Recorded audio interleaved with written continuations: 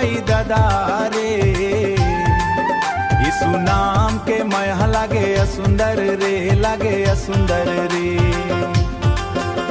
ओकर गुण ला गाबो हमन घर के भीतर रे, गाबो गली खोरमा, गाबो गली खोरमा।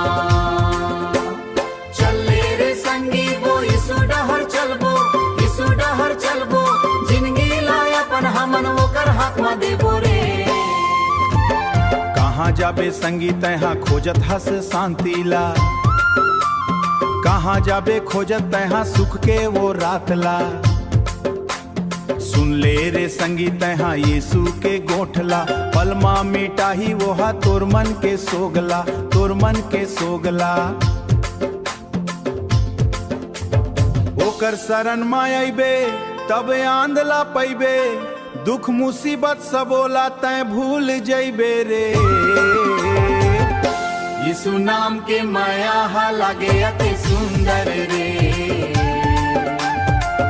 यीशु नाम के माया हा लागे अति सुंदर रे। मैं पर दे कर फल बोरे, यीशु नाम के माया हा लागे अति सुंदर रे। मांदर बाजे धुन धुन, डफली बाजे छन छन, यीशु राजा के नाव मा नाचे सबो जन। ओहा हमर चरवाहा हमन ओकर भेड़ियान, ओकर ही आशीष से पावन हमन परान। सत्य के रास्ता मा मसीहा के रास्ता, मसीहा के रास्ता मा कदम बढ़ा के हमन चलबो रे संगी।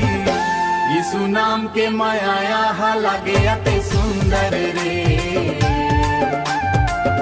यीशु नाम के माया हा लागे अति सुंदर रे।